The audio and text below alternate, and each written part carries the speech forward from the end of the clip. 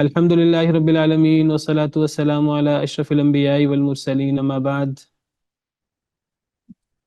فأعوذ بالله من الشيطان الرجيم رب اشرح لي صدري ويسر لي أمري واحلل عقدة من لساني يفقه قولي اللهم انفعنا بما علمتنا وعلمنا ما ينفعنا وزدنا علما فبشر عبادي الذين يستمعون القول فيتبعون أحسنه أولئك الذين هداهم الله وأولئك هم أولو الألباب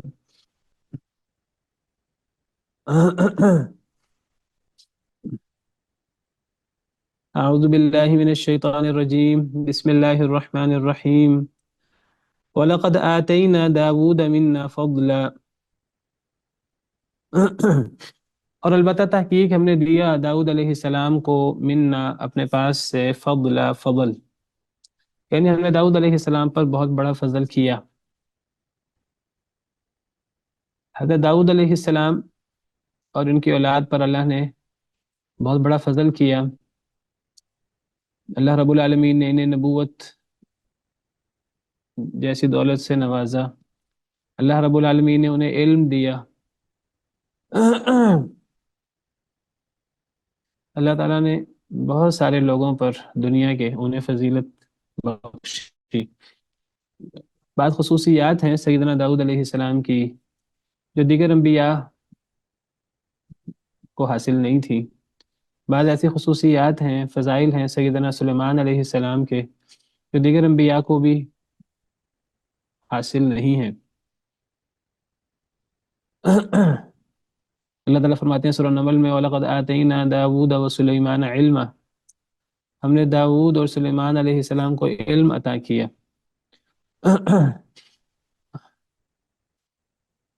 حضرت داؤد علیہ السلام بنی اسرائیل میں شاید پہلے نبی ہیں کہ جو نبی بھی ہیں اور جو بادشاہ بھی ہیں۔ پہلے بنی اسرائیل میں نبی الگ ہوتے تھے، بادشاہ الگ ہوتے تھے۔ جس طرح سیدنا موسیٰ علیہ السلام کی زبانی اللہ تعالیٰ نے قرآن میں فرمایا وَإِذْ قَالَ مُوسَىٰ لِقَوْمِهِ يَا قَوْمِ اذْكُرُوا نِعْمَةَ اللَّهِ عَلَيْكُمْ إِذْ جَعَلَ فِيكُمْ أَنْبِيَاءَ۔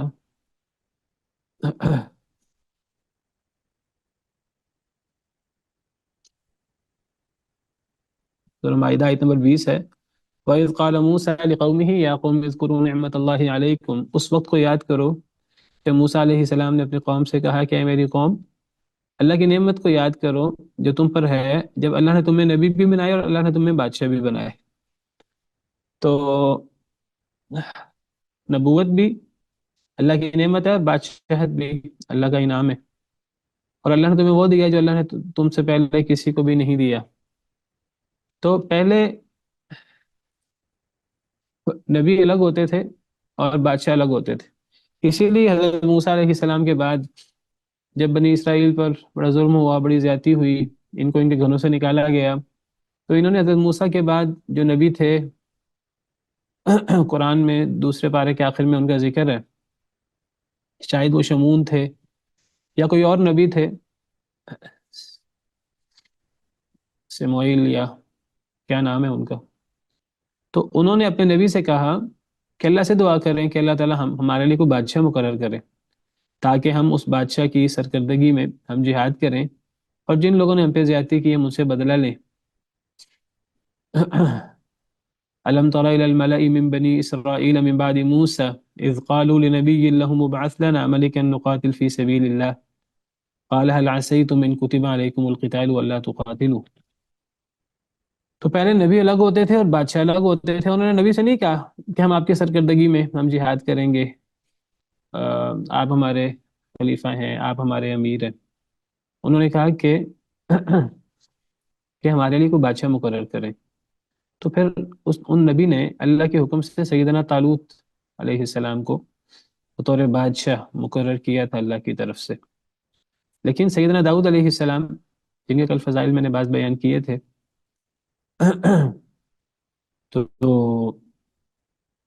یہ پہلے ہیں جو بنی اسرائیل میں جو نبی بھی ہیں اور بادشاہ بھی ہیں، اور ان کی بادشاہت ان کی بادشاہت بڑی مضبوط بادشاہت تھی، اور یہ اللہ کے جلیل القدر پیغمبر تھے، اور اللہ نے انہیں کتاب سے بھی نواز اللہ نے انہیں کتاب سے بھی سرفراز کیا تھا، اللہ نے انہیں زبور جیسی کتاب دی تھی۔ یہ اللہ کے نبیوں میں ایک افضل ترین نبیوں میں سے ہیں۔ وَلَقَدْ فَضَّلْنَا بَعْضَ النَّبِيِّينَ عَلَى بَعْضٍ وَآتَيْنَا دَاوُودَ زَبُورًا۔ سورہ بنی اسرائیل میں اللہ فرماتے ہیں ہم نے نبیوں میں سے بعض نبیوں کو بعض نبیوں پر فضیلت دی، اور اس فضیلت کی ایک صورت یہ تھی کہ ہم نے داؤد علیہ السلام کو زبور عطا کی تھی۔ تو اللہ فرماتے ہیں وَلَقَدْ آتَيْنَا دَاوُودَ مِنَّا فَضْلًا، اور البتہ تحقیق ہم نے دیا داؤد علیہ السلام کو منا اپنے پاس سے فضلا، فضل بڑا ہم نے انعام کیا ان پر۔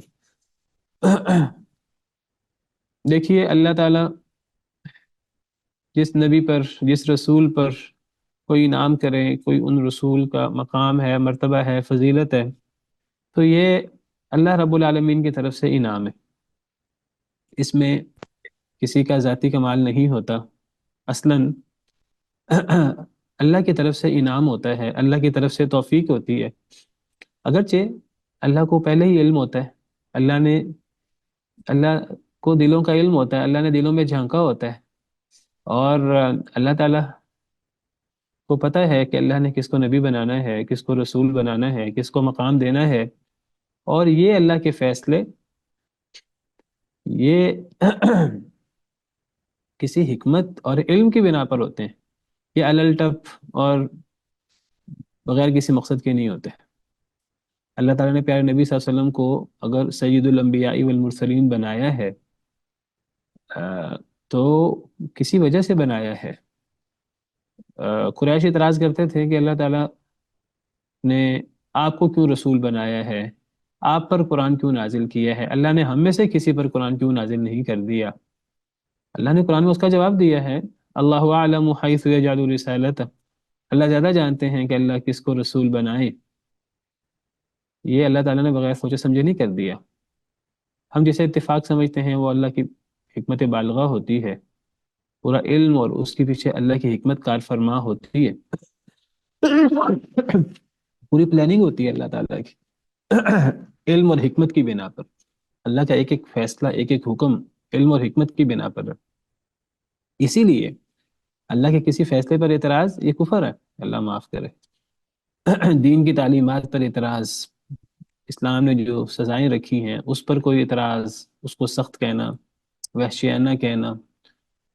اللہ تعالیٰ نے گواہی میں اگر کوئی فرق رکھا ہے مردوں عورتوں میں، وراثت میں اگر کوئی فرق رکھا ہے، دیگر ایسی چیزیں جو کتاب و سنت سے ثابت ہیں، تو ان پر اعتراضات کرنا، یہ اعتراض در حقیقت اللہ رب العالمین پر ہے، اور یہ اعتراض کرنے والا گویا کہ وہ اللہ رب العالمین کو نعوذ باللہ ظالم باور کراتا ہے، انصاف نہ کرنے والا باور کراتا ہے۔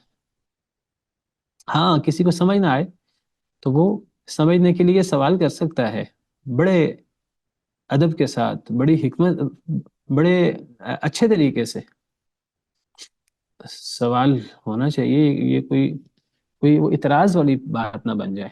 اسی لیے اللہ تعالیٰ نے بعض سوالوں کو کفر سے تعبیر کیا، بعض سوال کفر ہوتے ہیں۔ ہم تريدون ان تسألوا رسولكم كما سئل موسى من قبل، کیا تم چاہتے ہو کہ تم اپنے رسول سے ویسے سوال کرو جیسے موسیٰ علیہ السلام سے اس سے پہلے سوال ہوئے۔ ومن يتبدل الكفر بالایمان فقد ضل سواء السبیل، جو ایمان کے بدلے کفر اختیار کر لے، جو ایمان کو کفر سے بدل دے تو وہ تو سیدھے رستے سے بھٹک گیا۔ کیا مطلب؟ آیت کریمہ کے شروع میں سوال کی بات ہے، اور آیت کریمہ کے آخر میں کفر ایمان کی بات ہے، یعنی بعض ایسے سوالات ہوتے ہیں جو سوال نہیں اعتراض ہوتا ہے، وہ انسان کو ایمان سے کفر کی حدوں پر لے جاتا ہے، والعیاذ باللہ۔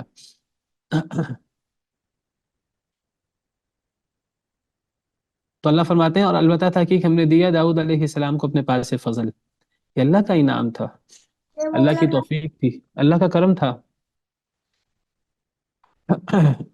یا جبال اوبی معہ والطیر، اے پہاڑوں رجوع کرو اس کے ساتھ، تسبیح کرو اس کے ساتھ، والطیر اور پرندوں۔ گویا کہ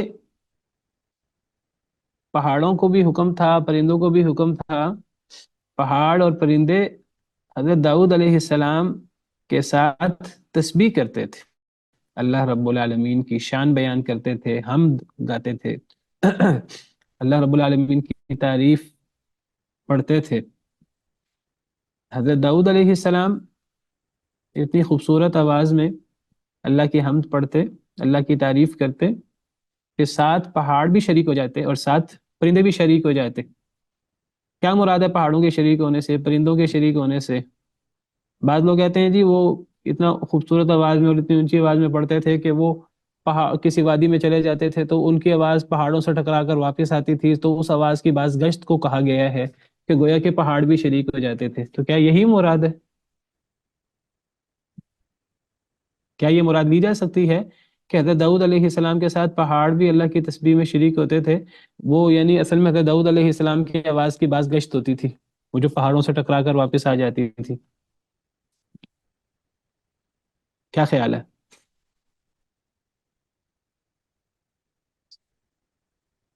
جی موجود ہیں کلاس میں لوگ؟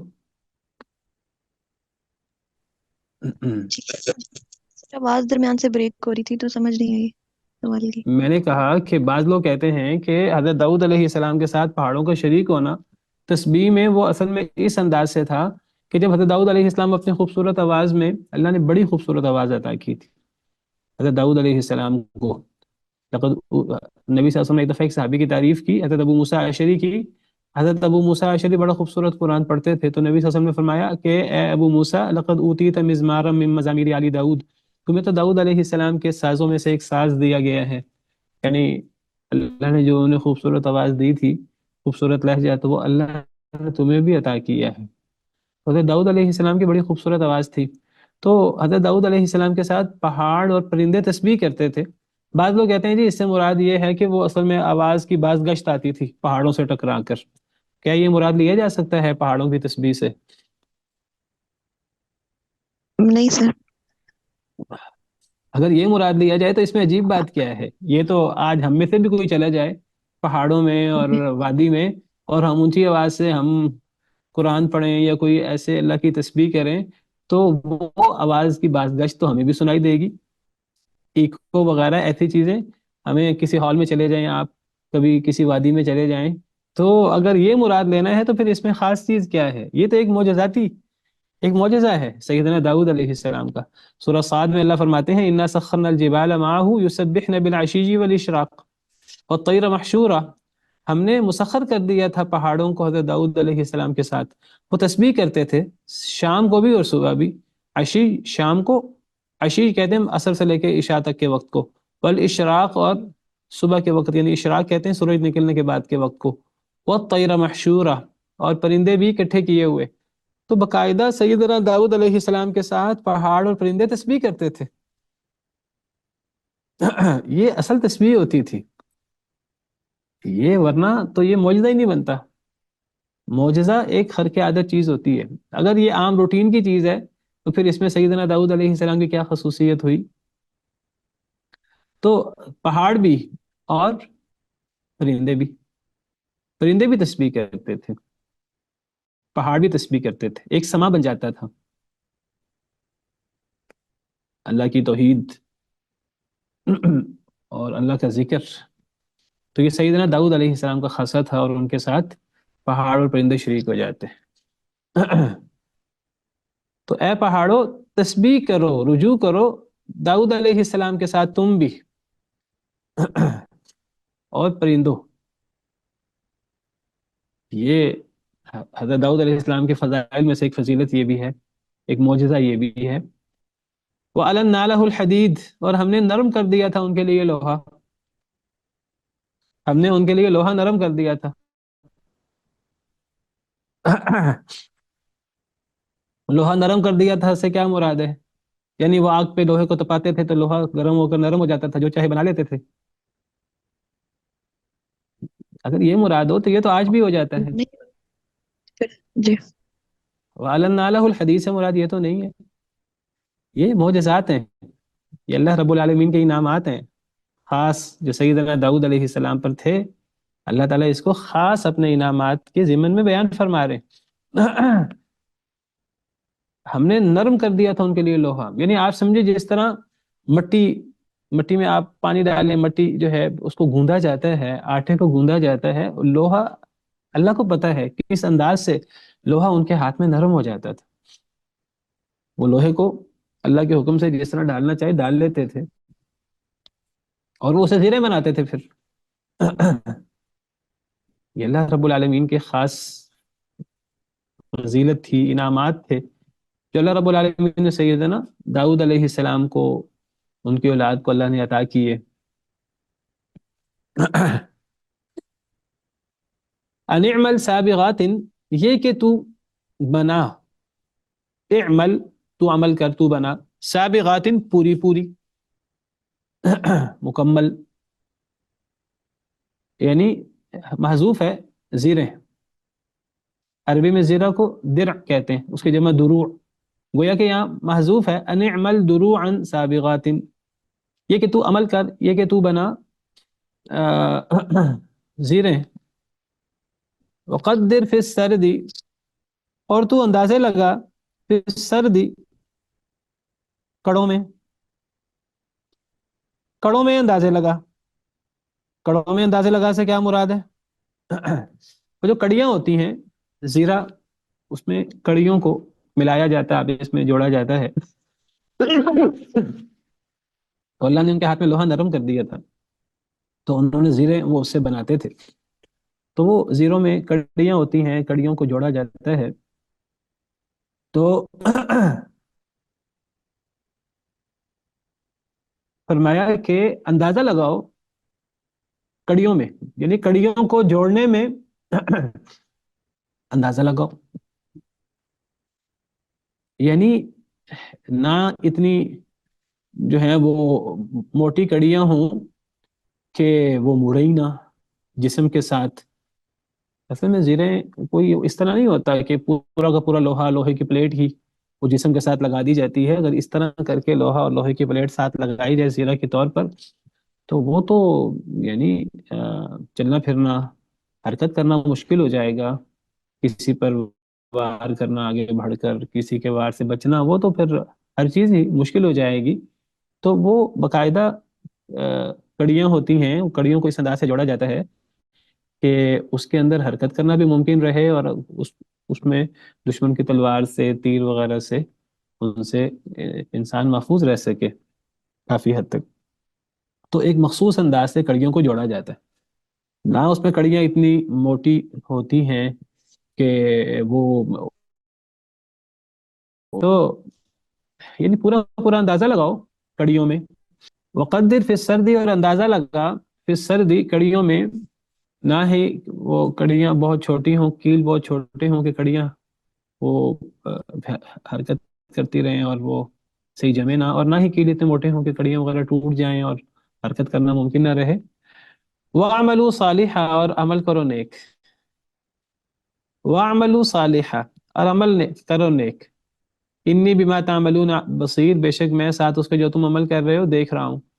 یعنی اللہ تعالیٰ نے ایک تو اپنے احسانات کا اور اپنے فضیلتوں کا ذکر کیا جو اللہ تعالیٰ نے سیدنا داؤد علیہ السلام پر کیے، اور اس کے ساتھ اللہ تعالیٰ فرماتے ہیں کہ نیک عمل بھی کرو. اور اللہ فرماتے ہیں میں تمہارے اعمال کو دیکھ رہا ہوں. کیا پتہ لگا اس سے؟ اس سے پتہ لگا کہ اللہ رب العالمین نے ہم پر انعامات کیے ہیں بہت زیادہ، اور انعامات کر کے اللہ تعالیٰ فرماتے ہیں کہ اب اللہ کا شکریہ ادا کرتے ہوئے اب نیک عمل کرو. گویا کہ جو اللہ رب العالمین کا تقاضا ہے ہم سے اسلام قبول کرنے کا اور وحی ماننے کا، دین کی تعلیمات کے مطابق زندگی گزارنے کا، تو اللہ فرماتے ہیں کہ یہ بالکل ایک لاجک ہے اس کی کہ اللہ رب العالمین نے تم پر اتنے احسانات کیے ہیں، اب تمہاری ذمہ داری بنتی ہے کہ تم اللہ رب العالمین کے احکامات کو تسلیم کرو، اور تم اللہ کے حکم کے مطابق اب عمل کرو نیک. اور اللہ کے احکامات پر عمل کرنا یہی نیکی ہے. قرآن نے احادیث مبارکہ میں جس چیز کا حکم دیا گیا اس کو بجا لانا، اور جس چیز سے منع کیا گیا اس سے رک جانا، یہی نیکی ہے. تو تمہیں اب اللہ کے یہ اتنے انعامات ہیں، تو ان انعامات کا بدلہ یہ ہے کہ تم نیک عمل کرو، اللہ کے احکامات کے مطابق زندگی گزارو۔ یہ نہیں ہوتا کہ جو اللہ کے برگزیدہ لوگ ہوتے ہیں، نبی ولی، وہ ان کا جب مقام بلند ہوتا ہے تو پھر وہ اللہ کے احکامات کے پابند نہیں رہتے۔ نہیں، اللہ کے دین کے احکامات کا پابند ہوتا ہے۔ اللہ کے نبی اللہ کے احکامات کے سب سے زیادہ پابند ہوتے ہیں۔ ان کے بعد جو ان کے جتنے زیادہ مقام و مرتبے کے حامل ہوتے ہیں، جو انبیاء کرام علیہ السلام کی تعلیمات کا جائزہ لیں، صحابہ کرام وغیرہ کی زندگی، اور بعد والے جو سلف صالحین ہیں ان کی زندگی کا جائزہ لیں، تو آپ دیکھیے، آپ کو نظر آئے گا کہ کس طرح وہ دین کے احکامات پر عمل پیرا ہوتے تھے، اور کتنی اہمیت کے ساتھ اور کتنی کوشش کے ساتھ وہ دین کے احکامات پر عمل کرتے تھے۔ ہمارے ہاں ایک نیا ہی طریقہ نکلا ہے کہ جی فلاں بندہ تو وہ اس مقام پہ پہنچ گیا ہے، اس درجے میں پہنچ گیا ہے، اب وہ فنا فی اللہ ہو گیا ہے، اب اسے ضرورت ہی نہیں ہے نماز روزے کی، پاکی اختیار کرنے کی۔ اور اللہ معاف کرے، یہ دین نہیں ہے، یہ دین کے ساتھ مذاق ہے جو ہم نے بنایا ہوا ہے، جو جاہل لوگوں نے بنایا ہوا ہے، اللہ معاف کرے۔ سیدنا داؤد علیہ السلام کے فضائل اور مقامات بیان کر کے آگے سیدنا سلمان کا ذکر آئے گا۔ اللہ فرماتے ہیں اب نیک عمل کرو۔ اب نیکی کا تقاضا بہت بڑھ گیا ہے، یہ اللہ کا شکر ہے نیک عمل، اور اب یہ شکر اب بہت اہتمام کے ساتھ کرنا ہوگا، اللہ کے انعامات بہت زیادہ ہیں۔ اور ساتھ ہی کہا بے شک میں تمہارے اعمال کو دیکھ رہا ہوں۔ نبی کریم صلی اللہ علیہ وسلم اللہ کی اتنی عبادت کرتے، راتوں کو اتنا قیام کرتے، یعنی ایک رکعت میں آپ دیکھیے سورہ فاتحہ، سورہ بقرہ، سورہ آل عمران، سورہ نساء، 3 صورتیں ایک رکعت میں پڑھ دی، تقریباً یہ چھٹے پارے کے پہلے پاؤ تک، پہلے پارے سے لے کر ایک رکعت میں اتنا پڑھ دیا۔ صحابی ساتھ تھے، وہ کہتے ہیں کہ مجھے لگا پہلا پارہ پڑھ دیا پورا، مجھے لگا اب رکوع کر دیں گے، نہیں رکوع کیا، پڑھتے جا رہے ہیں آہستہ آہستہ، غور کر کے، تدبر کر کے۔ جو عذاب کی آیتیں ہیں اللہ سے پناہ مانگ کر، جو جنت کی آیتیں ہیں اللہ سے اللہ کی جنت کی رحمت کی دعا کر کے، تو قرآن میں تدبر کر رہے ہیں، غور کر رہے ہیں اور پڑھتے جا رہے ہیں۔ صحابی کہتے ہیں ایک پارہ ہوا، میرا خیال ہوا اب رکوع کر دیں گے، نہیں کیا۔ سورہ بقرہ ہوئی، میرا خیال ہوا اب رکوع کر دیں گے، نہیں رکوع کیا۔ سورہ نساء شروع کر دی، سورہ نساء بھی مکمل کر دی، پھر سورہ آل عمران شروع کر دی، سورہ آل عمران جب مکمل کی پھر رکوع کیا۔ اتنا لمبا قیام کرتے، 1/3 رات یا آدھی رات یا 2/3 رات۔ ان ربک یعلم انک تقوم ادنی من ثلثی اللیل ونصفہ وثلثہ وطائفۃ من الذین معک۔ اللہ جانتا ہے کہ آپ کتنا لمبا قیام کرتے ہیں، اتنا لمبا قیام کرتے کہ پاؤں مبارک پہ ورم آ جاتا، پاؤں سوج جاتے۔ سیدہ عائشہ رضی اللہ تعالی عنہا عرض کرتی کہ اللہ کے رسول آپ اتنی محنت کرتے ہیں، اتنی محنت کیوں کرتے ہیں؟ اللہ تعالیٰ نے بڑا مقام عطا کیا ہے، بڑی فضیلتیں اللہ نے عطا کی ہے، اللہ نے اگلے پچھلے گناہ معاف کر دیے ہیں، کوئی اگر تھے بھی کوئی لغزش وغیرہ، لیغفر لک اللہ ما تقدم من ذنبک، تو آپ اتنی محنت کیوں کرتے ہیں؟ تو آپ فرماتے تھے کہ اللہ نے مجھ پر اتنے انعامات کیے، افلا اکون عبدا شکورا، کہ میں اللہ کا شکر گزار بندہ نہ بنوں؟ تو جس پر اللہ کے جتنے انعامات ہوتے ہیں وہ اتنا زیادہ وہ اللہ کے اس کو اللہ کا شکر ادا کرنا ہوتا ہے۔ تو فرمایا وَعَمَلُوا صَالِحًا، اور عمل کرو نیک، انی بما تعملون بصیر، بے شک میں ساتھ اس کے جو تم عمل کر رہے ہو دیکھ رہا ہوں۔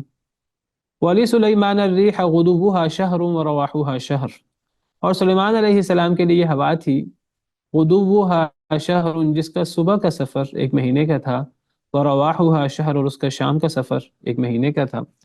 سیدنا سلیمان علیہ السلام جو داؤد علیہ السلام کے بیٹے تھے، داؤد علیہ السلام کی نبوت اور علم کے وارث تھے، ووارث سلیمان داؤد، اللہ فرماتے ہیں کہ سلیمان علیہ السلام داؤد علیہ السلام کے وارث بنے۔ وراثت کون سی؟ بادشاہت کی۔ نبیوں کی وراثت دنیاوی نہیں ہوتی، نبیوں کی وراثت درہم و دینار کی نہیں ہوتی، بادشاہت کی نہیں ہوتی، نبیوں کی وراثت علم کی ہوتی ہے۔ یرثنی و یرث من آل یعقوب، حضرت زکریا علیہ السلام نے اللہ سے بیٹا مانگا، اللہ نے ان کو بیٹا عطا کیا، اور وہ بیٹا ان کے ذریے سے آگے بڑھتا جائے گا۔ اور اللہ فرماتے ہیں کہ سلیمان علیہ السلام داؤد علیہ السلام کے وارث بنے۔ وراثت کون سی؟ بادشاہت کی۔ نبیوں کی وراثت درہم و دینار کی نہیں ہوتی، نبیوں کی وراثت علم کی ہوتی ہے۔ یرثنی و یرث من آل یعقوب، حضرت زکریا علیہ السلام نے اللہ سے بیٹا مانگا، اور فرمایا کہ اے اللہ مجھے اولاد عطا کر، وہ میرا اور آل یعقوب کا وارث ہوگا۔ یعقوب علیہ السلام، حضرت اسرائیل ان کا لقب اسرائیل ہے، حضرت یعقوب علیہ السلام سے حضرت زکریا بنی اسرائیل کے نبی ہیں، مجھ تک جو نبوی علم آ رہا ہے، نبوی وراثت آ رہی ہے، اس کے وارث ہوں گے حضرت یحییٰ علیہ السلام۔ ان الانبیاء لم یورثوا درہما ولا دینارا ولکن ورثوا العلم، انبیاء کرام علیہ السلام درہم و دینار کی وراثت نہیں چھوڑتے، وہ علم کی وراثت چھوڑتے۔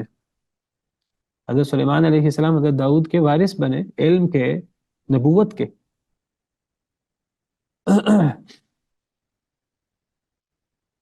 تو حضرت سلیمان علیہ السلام کی بھی بڑی فضیلت ہے، بڑا مقام ہے۔ تو اللہ فرماتے ہیں کہ سلیمان علیہ السلام کو کے لیے ہوا، یعنی ہم نے سلیمان علیہ السلام پر بڑا فضل کیا، بڑا انعام کیا کہ ہم نے ان کے لیے ہوا مسخر کر دی، ایسی ہوا یعنی جو ان کے حکم کے مطابق ان کو لے کے چلی جاتی تھی جہاں جانا چاہتے تھے اللہ کے حکم سے۔ اور وہ ہوا اتنا تیز چلتی تھی کہ صبح کے تھوڑے عرصے میں وہ اتنا سفر کر لیتی تھی جتنا ایک مہینے میں سفر کیا جاتا تھا، اور شام کے وقت میں، تھوڑے وقت میں، وہ اتنا سیدنا سلیمان علیہ السلام کو یا ان کے ساتھ جن کو حضرت سلیمان چاہتے تھے ان کو وہاں لے جاتی تھی، اتنا سفر کروا دیتی تھی صبح کے وقت میں یا شام کے وقت میں کہ وہ ایک مہینے کی مسافت کے برابر کا سفر وہ صبح تھوڑے سے وقت میں، شام کو تھوڑے سے وقت میں ہو جاتا۔ اللہ نے ہوا تک مسخر کر دی، یعنی اللہ تعالیٰ نے سیدنا سلیمان علیہ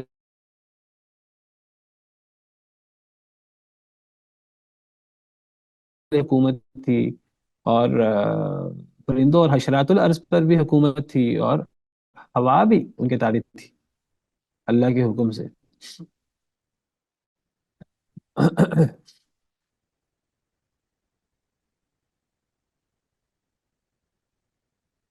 تو اللہ نے بڑے انعامات کیے، بڑا فضل کیا۔ وَأَسَلْنَا لَهُ عَيْنَ الْقِطْرِ، اللہ فرماتے ہیں اور ہم نے بہا دیا ان کے لیے عین القطر، تانبے کا چشمہ۔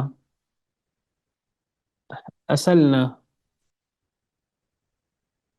اصلنا اصل میں اسالہ سے ہے، اسالہ، سالہ یسیلو کا مطلب بہنا، اور اسی سے باب افعال بنائیں، اسیلہ، اسیلہ سے اسالہ، اسالہ سے جمع متکلم کا صیغہ ہے، وَأَسَلْنَا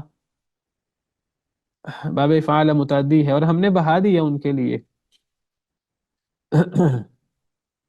حضرت سلیمان علیہ السلام کے لیے عین القطر، تانبے کا چشمہ۔ حضرت سلیمان علیہ السلام کو اللہ تعالیٰ نے تانبا، یہ جس طرح سیدنا داؤد علیہ السلام کے لیے اللہ نے لوہا گویا کہ موم کر دیا، ان کے ہاتھ میں نرم کر دیا، حضرت سلیمان علیہ السلام کو اللہ نے تانبے کا چشمہ دیا، اس سے بڑی بڑی چیزیں بنائی جاتی۔ یہ خاص طریقے سے اللہ کا انعام تھا دیگر انعامات کے ساتھ جو سیدنا سلیمان علیہ السلام پر ہوئے۔ حضرت سلیمان علیہ السلام باقاعدہ جانوروں کی، پرندوں کی بولیاں سمجھتے تھے۔ یا ایھا الناس علمنا منطق الطیر واوتینا من کل شیء، اے لوگوں ہمیں تو پرندوں کی بولی سکھائی گئی، پرندوں کی بولی سمجھتے تھے، حشرات الارض کی، جانوروں کی بولی سمجھتے تھے۔ چونٹی نے جو کہا سورہ نمل میں، پوری سورۃ کا نام ہی سورۃ النمل ہے، چونٹی، چونٹی نے جو کہا سیدنا سلیمان علیہ السلام نے سمجھ لیا، اور اللہ کی تعریف بھی کی، اللہ کا شکریہ بھی ادا کیا۔ ہدہد سے بات چیت، یہ سارا ذکر ہے سورہ نمل میں، قرآن کریم میں۔ اس کے ساتھ ساتھ اللہ تعالیٰ نے ہوا پر قدرت دے دی اللہ کے حکم سے، اور اللہ نے تانبے کا چشمہ بہا دیا۔ وَمِنَ الْجِنِّ مَن يَعْمَلُ بَيْنَ يَدَيْهِ بِإِذْنِ رَبِّهِ، اور جنوں میں سے جو عمل کرتے تھے ان کے آگے، ان کے سامنے، بِإِذْنِ رَبِّ، اپنے رب کے حکم سے۔ جن بھی سیدنا سلیمان علیہ السلام کے تابع تھے، ان کے کنٹرول میں تھے اللہ کے حکم سے۔ حضرت سلیمان علیہ السلام کے پاس کوئی ذاتی کوئی پاور، کوئی اختیار نہیں تھا، اللہ کی طرف سے اللہ نے انہیں یہ پاور دی، یا اللہ نے انہیں جنوں پر کنٹرول دیا اللہ کے حکم سے۔ جتنے بھی معجزے ہوتے ہیں اس قسم کی چیزیں، یہ اللہ کے حکم سے ہوتی ہے، اور اللہ بار بار اس چیز کو باور کراتے ہیں کہ اللہ کے حکم سے، اللہ کے حکم سے۔ لوگ کیا کرتے ہیں، لوگ ان چیزوں سے نبیوں کو حاجت روا مشکل کشا بنانا شروع کر دیتے ہیں، پھر اسے استدلال کرتے ہیں جی وہ ہو سکتے ہیں تو یہ ولی کیوں نہیں ہو سکتے؟ بھئی معجزوں سے تو دلیل ہی لی جاتی نا، معجزوں سے تو دلیل نہیں لی جا سکتی۔ یہ دلیل لینا کہ جی چونکہ نبیوں پر اللہ کی طرف سے وحی آتی تھی، ان کو پتہ لگ جاتا تھا، لہٰذا ولیوں کو بھی پتہ لگ جاتا ہے، تو یہ تو بڑی عجیب دلیل ہوگی۔ حضرت موسیٰ علیہ السلام، ہاں جی، تو یہ کوئی دلیل تو نہیں ہوتی، یہ تو نبیوں کے معجزے ہیں اللہ کے حکم سے۔ حضرت عیسیٰ علیہ السلام اللہ کے حکم سے مردوں کو زندہ کر دیتے تھے، کوئی بندہ اس سے دلیل لینا شروع کر دے جی ولی بھی مردوں کو زندہ کر دیتے ہیں، تو معجزوں پر تو قیاس ہی نہیں کیا جا سکتا۔ حضرت عیسیٰ علیہ السلام اپنی مرضی سے کسی کو زندہ نہیں کر سکتے تھے، اپنے پاور سے، اپنے اختیار سے۔ حضرت موسیٰ علیہ السلام اپنی مرضی سے لاٹھی کو پھینک کر سانپ نہیں بنا سکتے تھے۔ نبی کریم صلی اللہ علیہ وسلم کی مبارک انگلیوں سے پانی اللہ نے جاری کیا فوارے کی طرح، یہ آپ کا اپنی پاور، اپنا اختیار نہیں تھا۔ چاند دو ٹکڑے ہوا، آپ کے پاس کوئی پاور اختیار نہیں تھا، اللہ کے حکم سے، یہ بھی ہر چیز اللہ کے حکم سے۔ وَمِنَ الْجِنِّ مَن يَعْمَلُ بَيْنَ يَدَيْهِ بِإِذْنِ رَبِّهِ، اور جنوں میں سے وہ بھی تھا جو عمل کرتا تھا ان کے سامنے ان کے رب کے حکم سے۔ یعنی حضرت سلیمان علیہ السلام کے پاس کوئی ذاتی کوئی اختیار نہیں تھا کہ وہ جنوں کو کنٹرول کرتے تھے۔ یہود بدبخت، ان کا کام ہے نبیوں پر الزام لگانا اور الٹی سیدھی باتیں کرنا۔ وہ کہتے تھے اصل میں حضرت سلیمان علیہ السلام نے جادو کے ذریعے جنوں کو قابو کر رکھا تھا، اور وہ سلیمانی ٹوپی، سلیمانی چادر اور پتہ نہیں کیا کیا۔ حضرت سلیمان علیہ السلام پر جو اللہ کے جلیل القدر پیغمبر ہیں ان پر الزام لگاتے ہیں جادو کا، حالانکہ جادو کرنا کرانا کفر ہے۔ اللہ فرماتے ہیں وما کفر سلیمان ولکن الشیاطین کفروا، حضرت سلیمان نے کفر نہیں کیا علیہ السلام، شیطانوں نے کفر کیا۔ یہ جادو تو شیطان کرتے ہیں، حضرت سلیمان علیہ السلام تو نہیں کرتے تھے۔ یہ جو جنوں پر کنٹرول تھا ان کا، یہ اللہ کے حکم سے تھا۔ جیسے حضرت عیسیٰ علیہ السلام مٹی سے پتلا بناتے ہیں اور پھونک مارتے اللہ کے حکم سے، وہ جیتا جاگتا پرندہ بن جاتا تھا اللہ کے حکم سے۔ وہ مادرزاد اندھے کو اور کوڑی کے مریض کو ہاتھ پھیرتے تھے، اللہ کے حکم سے وہ ٹھیک ہو جاتا تھا۔ مردے کو اللہ کے حکم سے زندہ کر دیتے تھے۔ اسی طرح سیدنا سلیمان علیہ السلام جن کنٹرول میں تھے اللہ کے حکم سے۔ حضرت سلیمان علیہ السلام کو کوئی جادو کوئی اس طرح کی چیز نہیں تھی، یہ مطلب ہے۔ وَمِنَ الْجِنِّ مَن يَعْمَلُ بَيْنَ يَدَيْهِ بِإِذْنِ رَبِّهِ، اللہ کے حکم سے یہ کام ہوتا تھا۔ یہ معجزے اور یہ جو ولیوں کے پاس کرامتیں، ان میں کسی، یہ معجزے ہیں، کرامتیں ہیں، کوئی انکار نہیں، کسی کا کوئی صحیح سند سے ثابت ہے، لیکن یہ کوئی نبیوں اور ولیوں کا ذاتی اختیار نہیں ہوتا، اللہ کے حکم سے ہوتا ہے۔ وَمَن يَزِغْ مِنْهُمْ عَنْ أَمْرِنَا، اور جو بھی ٹیڑھا ہوگا ان سے، ٹیڑھ پن اختیار کرے گا ان میں سے، یعنی جنوں میں سے، عن امرنا ہمارے حکم سے، نذقہ من عذاب السعیر، ہم چکھائیں گے اسے بھڑکتی ہوئی آگ کا عذاب۔ یعنی حضرت سلیمان علیہ السلام حکم دیتے تھے جنوں کو، جو جنوں میں سے بات نہ مانتا تو جو بھی ہمارے حکم سے، یعنی اللہ فرما رہے ہیں جو بھی ہمارے حکم سے ٹیڑھ اختیار کرے گا جنوں میں سے۔ ہمارے حکم سے کیا مراد ہے؟ ہمارے حکم سے مراد ہے کہ جب حضرت سلیمان حکم دیں تو حضرت سلیمان کی بات ماننا جنوں کے لیے فرض تھا، ضروری تھا، کیونکہ اللہ نے جنوں کو حضرت سلیمان کے تابع کیا تھا۔ تو حضرت سلیمان کی حکم سے سرتابی گویا کہ اللہ کے حکم سے سرتابی تھی، اور حضرت سلیمان کوئی غلط حکم تو دے نہیں سکتے تھے، اللہ کے نبی تھے، اللہ کے نبی غلط حکم نہیں دے سکتے۔ تو حضرت سلیمان علیہ السلام جو بھی حکم دیتے تھے جنوں کو، وہ اللہ کا حکم ہوتا تھا۔ تو جو بھی ان میں سے ٹیڑھ اختیار کرے گا ہمارے حکم سے، اللہ فرما رہے ہیں ہمارے حکم سے مراد کیا ہے؟ یعنی حضرت سلیمان کے حکم سے، اور حضرت سلیمان کی بات ماننا یہ ہمارا حکم تھا۔ تو جو حضرت سلیمان کی بات نہیں مانے گا، گویا کہ ہماری بات نہیں مانے گا، ہم اس کو آگ کا عذاب چکھائیں گے۔ بعض مفسرین کہتے ہیں یعنی قیامت میں، بعض مفسرین کہتے ہیں نہیں، دنیا میں، دنیا میں اللہ نے ایک فرشتہ مقرر کیا تھا، اور یہ بات زیادہ صحیح محسوس ہوتی ہے۔ دنیا میں اللہ نے فرشتہ مقرر کیا تھا، جو جن حضرت سلیمان کی بات نہ مانتا تو وہ جل کر بھسم ہو جاتا تھا، اور جن جتنی جاں فشانی سے اور جتنی وہ تندہی سے سیدنا سلیمان علیہ السلام کی بات مانتے تھے، تو وہ اس کی وجہ ڈر تھا کہ ہم جل کر راکھ نہ ہو جائیں۔ تو یہ دوسری بات زیادہ بہتر محسوس ہوتی ہے۔ جو بھی ٹیڑھ اختیار کرتا تھا ان میں سے ہمارے حکم سے ہم چکھاتے تھے اس کو جلتی ہوئی آگ کا عذاب، یعنی دنیا میں وہ جل جاتا تھا۔ یعملون له ما یشاء، اب بھی کے آخر میں یا کس لیے ہے؟ اب بھی کے آخر میں یا مؤنث کی ہے نا، پہاڑ مؤنث ہے، جمع مکسر ہے، تو یا جبال اوی بھی، یہ جو یا ہے یہ مؤنث کی یا ہے جو واحد مؤنث حاضر کے صیغے میں آتی ہے۔ جس طرح ایک ہوتا قل، ایک ہوتا قولی، تو ایک عورت کہہ، فکلی وشربی وقرری عینا، سورہ مریم میں ہے۔ اسی طرح اوی بھی کے آخر میں جو یا ہے یہ مؤنث کی ہے، اس کو یا مخاطبہ مؤنث کہتے ہیں، واحد مؤنث حاضر کے صیغے میں یہ یا آتی ہے، فعل مضارع میں بھی آتی ہے، فعل امر بھی مضارع سے بنتا ہے، فعل نہیں بھی تو ان میں بھی آتی ہے۔ پہاڑ چونکہ مؤنث ہیں، جمع مکسر ہیں، تو اس لیے مؤنث آیا، یا جبال اوی بھی۔ یعملون له ما یشاء،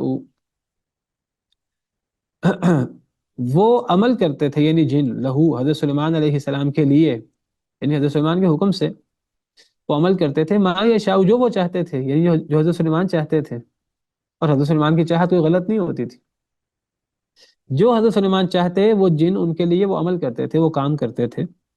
من محاریب، بڑے بڑے قلعے، بڑے بڑے محل، محاریب محراب کی جمع ہے، اور محراب سے مراد عمارتیں اور کمرے اور گھر بڑے بڑے ایسے جو جنی بنا سکتے تھے، وتماثیل اور تصویریں یا مجسمے، وجفان کل جوابی، اور جفان جفن کی جمع ہے، پیالے بڑے بڑے، لگن جس کو کہتے ہیں، کل جواب بھی اتنے بڑے بڑے پیالے جیسے حوض ہوتے ہیں۔ الجواب یہ جمع ہے جابیہ کی، اور جابیہ عربی زبان میں کہتے ہیں حوض کو، تالاب کو۔ تالاب جتنے بڑے بڑے برتن، اتنے بڑے بڑے برتن بنایا کرتے تھے جن حضرت سلیمان علیہ السلام کے حکم سے۔ وقدور الراسیات، اور دیگیں، قدر کی جمع قدور، دیگیں، اور راسیات اتنی بڑی دیگیں، کو جس طرح یعنی گاڑ دیا جاتا ہے، جیسے پہاڑ آپ دیکھیں گاڑے جاتے ہیں، تو راسیات گاڑی ہوئی، یعنی کوئی چھوٹی چھوٹی دیگیں نہیں ہوتی تھی ہمارے طرح کی، بڑی بڑی دیگیں، یعنی باقاعدہ جن کو گاڑ دیا جائے، اتنی بڑی بڑی دیگیں۔ تو حضرت سلیمان علیہ السلام جنوں سے بڑے بڑے کام لیتے تھے، لوگوں کی آسانی کا، لوگوں کی بہتری کا، بڑی بڑی عمارتیں وہ بنایا کرتے تھے، بڑی بڑی مجسمے تصویریں بنایا کرتے تھے، بڑے بڑے برتن تالابوں کی طرح، حوضوں کی طرح، اور دیگیں جمی ہوئی، یہ جن بنایا کرتے تھے۔ وتماثیل، تصویریں یا مجسمے، بعض کہتے ہیں کہ جی وہ تصویریں بناتے تھے انبیاء کی حضرت سلیمان کے حکم سے، لیکن اس کی کوئی دلیل نہیں ہے۔ بعض کہتے ہیں کہ تصویریں اصل میں وہ ہوتی تھیں جو یعنی جو زیرو کی نہیں ہوتی تھی۔ بہرحال اگر زیرو کی نہیں ہوتی تھی پھر تو ہماری شریعت میں بھی زیرو کی تصویر جائز نہیں ہے، اور جو زیرو نہ ہو اس کی تصویر بنائی جا سکتی ہے، اس کی سینری وغیرہ یہ چیز بنائی جا سکتی ہے۔ اور اگر وہ کوئی بندہ یہ کہے کہ وہ ذی روح کی تصویریں ہوتی تھیں انسانوں کی، جانوروں کی، اگر پہلی بات اس کا ثبوت نہیں ہے، اگر بالفرض وہ بناتے بھی ہوں تو شاید سیدنا سلیمان علیہ السلام کی شریعت میں اس کی اجازت ہو، بعض چیزوں کی اجازت پچھلی شریعتوں میں موجود تھی۔ اس آیت کریمہ سے یہ استدلال کرنا کہ تصویریں جائز ہیں اور تصویریں حرام نہیں ہیں، مجسمہ سازی ٹھیک ہے، یہ بالکل غلط ہے۔ اصل میں پرانی شریعتوں میں جو چیزیں ہماری شریعت کے مطابق ہیں تو ٹھیک ہیں، جو چیزیں ہماری شریعت کے خلاف ہیں تو اس میں ہماری شریعت ناسخ ہے، ہماری شریعت پر عمل ہوگا۔ جیسے سیدنا یعقوب، سیدنا یوسف علیہ السلام کے دور میں تعظیمی سجدہ جائز تھا، حضرت یعقوب، حضرت یوسف کی والدہ اور 11 بھائیوں نے حضرت یوسف کو سجدہ کیا تعظیمی، قرآن میں موجود ہے، وَرَفَعَ أَبَوَيْهِ عَلَى الْعَرْشِ وَخَرُّوا لَهُ سُجَّدًا، ہماری شریعت میں جائز نہیں ہے۔ تو پہلی بات تو یہ ہے کہ یہ مجسمے یا یہ تصویریں یہ زیرو کی تھیں کہ یہ بے جان چیزوں کی تھیں؟ اگر تو بے جان چیزیں کی ہیں پھر تو مسئلہ ہی کوئی نہیں. اگر یہ زیرو چیزوں کی تصویریں تھیں تو اس کا ثبوت نہیں ہے. اور اگر فرض بھی کیا جائے تو اس سے ہماری شریعت کے لیے احکام لینا صحیح نہیں ہے. جیسے غامدی وغیرہ بعض لوگ لیتے ہیں اور غلط طور پہ لیتے ہیں. بھئی کتاب و سنت میں واضح دلائل موجود ہیں کہ سب سے زیادہ عذاب قیامت کے دن تصویر بنانے والوں کو ہوگا. اشد الناس عند اللہ عذابا المصورون والعیاذ باللہ. اور نبی صلی اللہ علیہ وسلم نے فرمایا کہ جو تصویریں بناتے ہیں تو قیامت کے دن ان سے کہا جائے گا کہ اس میں روح پھونکو. وہ روح نہیں پھونک سکیں گے لیکن ان کو مجبور کیا جائے گا. بڑی سخت وعید ہے تصویروں کی ہماری شریعت میں، زیرو کی تصویروں کی. ہاں کوئی سینری، کوئی پہاڑوں کی، درختوں کی تصویر وغیرہ یہ چیز بنا. مسجد اقصی بھی جنات نے تعمیر کی ہے، واللہ عالم اس کا ذکر تو نہیں ہے. شاید ہیکل سلیمانی وغیرہ یہ چیزیں. بہرحال وہ ہیکل سلیمانی جو یہود کہتے ہیں، ہم تو یہی سمجھتے ہیں کہ وہ بھی مسجد اور اس سے متعلقہ چیزیں تھیں. وہ شاید جنہوں نے ہی اصل میں دیکھیے مسجد اقصی، جو اصل مسجد اقصی ہے وہ تو حضرت آدم علیہ السلام کے دور میں تعمیر ہوئی تھی. صحیح بخاری وغیرہ میں ثابت ہے کہ سب سے پہلا گھر، سب سے پہلی مسجد وہ بیت اللہ ہے. یہ تو قرآن میں ثابت ہے، ان اول بیت وضع للناس ببکۃ. اور حدیث مبارکہ سے پتہ لگتا ہے صحیح بخاری کے حدیث سے کہ بیت اللہ کے 40 سال کے بعد بیت المقدس مسجد اقصی بنی. بیت اللہ کی تعمیر نو حضرت ابراہیم علیہ السلام نے کی ہے، اور مسجد اقصی کی تعمیر نو حضرت داؤد علیہ السلام نے. یہ حضرت یعقوب علیہ السلام نے، پھر آگے حضرت داؤد علیہ السلام نے، حضرت سلیمان علیہ السلام نے کئی دفعہ تعمیر نو اس کی ہوئی ہے. بہرحال وہ اب جنہوں نے کی ہے یا کسی اور نے کی ہے اللہ بہتر جانتے ہیں. اعملوا آل داود شکرا، عمل کرو اے داؤد کی آل شکر کا. وقلیل من عبادی الشکور، اور تھوڑے ہیں میرے بندوں میں سے الشکور شکر گزار. اس میں الف لام موصول کا ہے، یعنی الشکور الذی شکر کا معنی ہے. کبھی الف لام بھی اسم موصول ہو جاتا ہے. اور تھوڑے ہیں میرے بندوں میں شکر گزار. شکور یہ مبالغہ کا صیغہ ہے، شاکر سے شکور بہت شکر کرنے والے. میرے بندوں میں بہت شکر کرنے والے بہت تھوڑے ہیں. تو اے آل داؤد، اے داؤد کی آل، تم اللہ کا بہت زیادہ شکر کرو، شکر والا عمل کرو. پتہ لگا ایک شکر زبان سے ہوتا ہے، جیسے سورہ سبا کے شروع میں نے ذکر کیا تھا اللہ کی تعریف، اللہ کا ذکر، یہ بھی بہت فضیلت کی بات ہے. الحمدللہ پڑھنا، سبحان اللہ پڑھنا، زمین و آسمان کا خلا بھر جاتا ہے، میزان بھر جاتا ہے. سب سے بڑی دعا، افضل الدعا الحمدللہ، الحمدللہ کہنا. زبانی شکر بھی بہت بڑا شکر ہے، زبانی ذکر. اور عملی شکر، عملی شکر کیا ہے؟ کہ اللہ کی شریعت پر عمل کرنا، اللہ کے احکامات کے مطابق زندگی گزارنا، جس میں سب سے پہلے توحید آتی ہے، شرک کا رد آتا ہے. تو یہ عملی شکر ہے. تو زبانی شکر کے ساتھ ساتھ عملی شکر. حضرت داؤد، حضرت سلیمان علیہ السلام بہت زیادہ اللہ کا شکر ادا کرتے تھے، زبان سے بھی اور عمل سے بھی. حضرت داؤد علیہ السلام کی نماز ہماری شریعت میں بھی افضل ترین نماز ہے رات کی. صحیح بخاری میں ہے حضرت داؤد علیہ السلام رات آدھی رات سوتے تھے، ایک تہائی رات قیام کرتے تھے، پھر آخر رات کا چھٹا حصہ سو جاتے تھے. اور یہ بھی صحیح بخاری کی حدیث ہے کہ بہترین روزہ بھی حضرت داؤد علیہ السلام کا روزہ ہے، ایک دن روزہ رکھنا، ایک دن افطار کرنا. حضرت سلیمان علیہ السلام بڑی اللہ کی عبادت کرتے تھے. وقت ختم ہو گیا، اسی پر بس کرتے ہیں، باقی انشاءاللہ کل پڑھیں گے. تو ایک شکر زبان کا ہوتا ہے، ایک شکر عمل کا ہوتا ہے. تو دونوں شکر ہوں تو پھر قول و فعل کا تضاد نہیں ہوتا. صرف زبان سے شکر ادا کیا جائے، عمل سے نہ کیا جائے تو یہ قول و فعل کا تضاد ہے، دین پر عمل نہ کیا جائے تو.